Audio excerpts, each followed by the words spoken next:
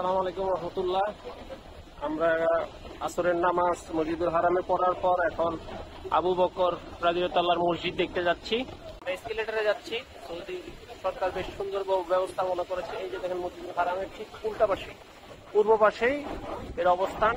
কি সুন্দর কারুকাজ করা বিল্ডিং গুলো, পুরো কাঠের শুল্টিং নকশা করা, দেখতে খুব সুন্দর লাগতেছে। এখানে প্রচুর পরিমাণে দোকানপাট আছে, সব বড় বড় ব্র্যান্ড জুয়েলারি শপ আছে আলহামদুলিল্লাহ।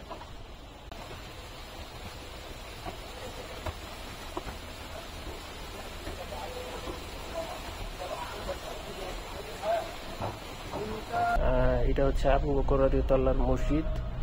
ঘর ছিল, এটাকে মসজিদে রূপান্তরিত করছে সৌদি সরকার। এই হচ্ছে মসজিদ। মসজিদটা দেখতে বেশ সুন্দর, দেখতে বেশ ভালো লাগতেছে।